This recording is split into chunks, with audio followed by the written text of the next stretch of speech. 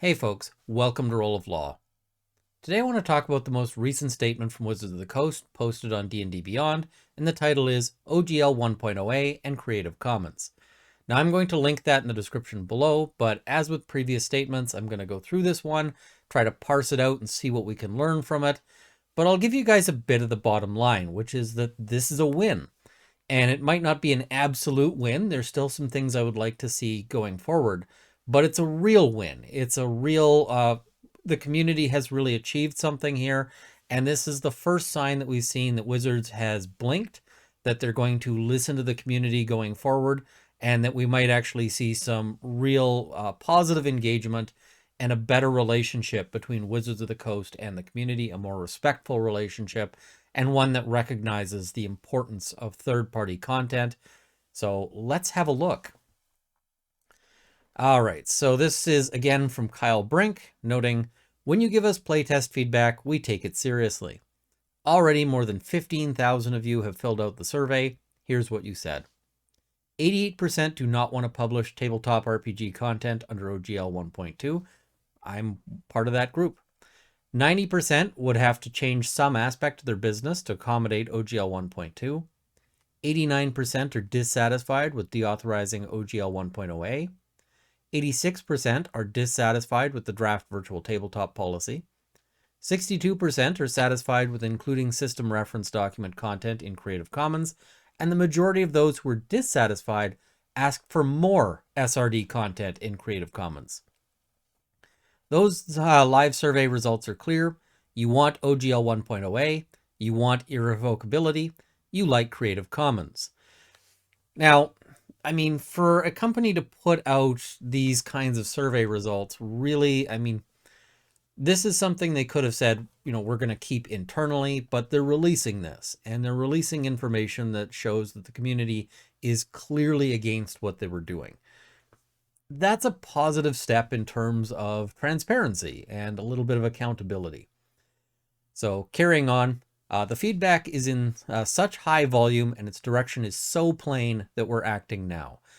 They said that this survey would be open for a while and they've ended it early. So they're kind of explaining that, and they're saying, it's super clear. Like, we don't need to run this to the end.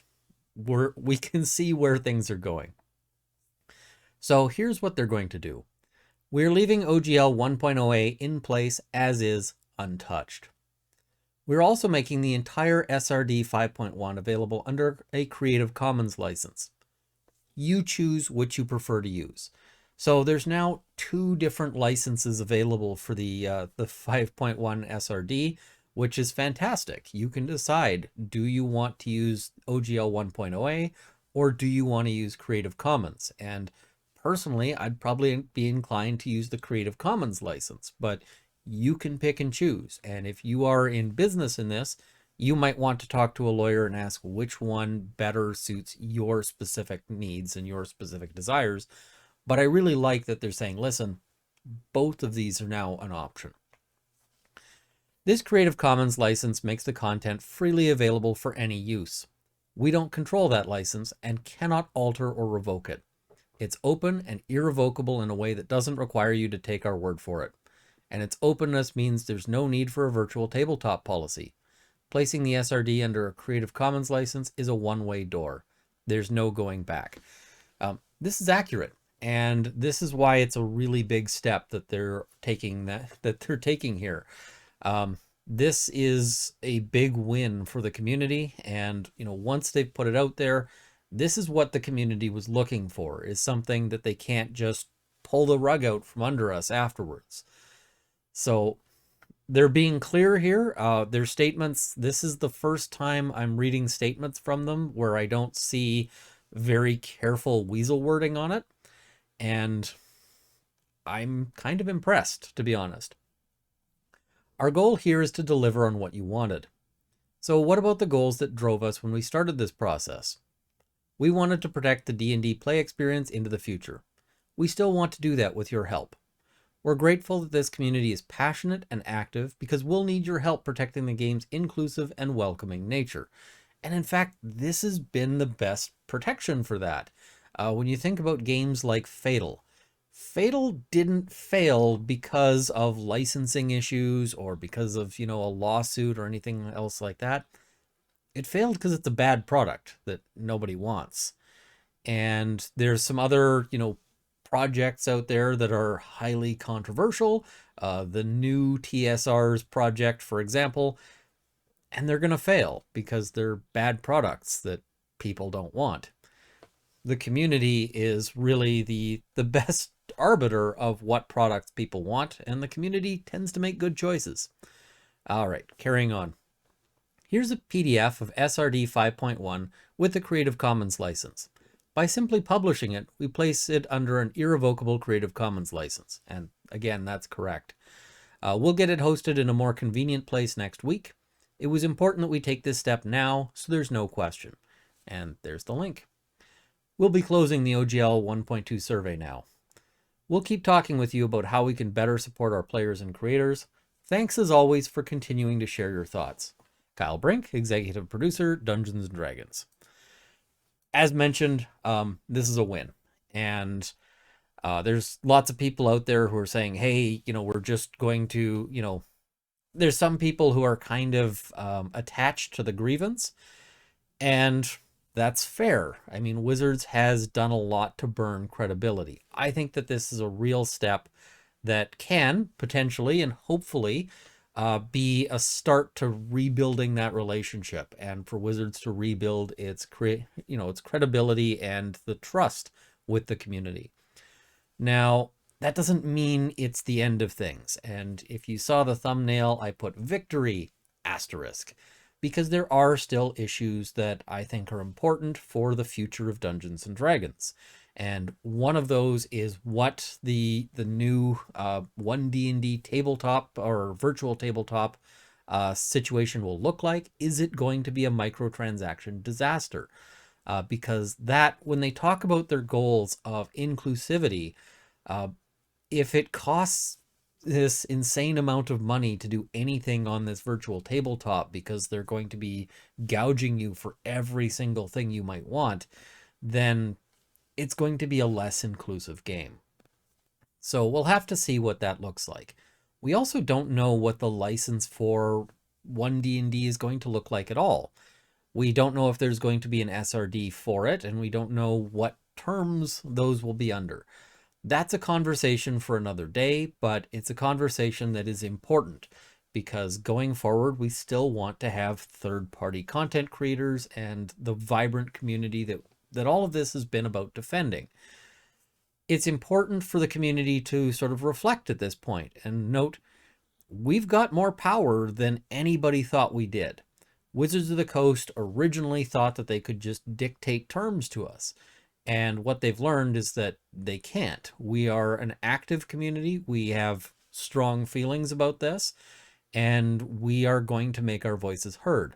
So that it's important that we remember that we have that power and that they remember that we have that power, because there will be further discussions going forward.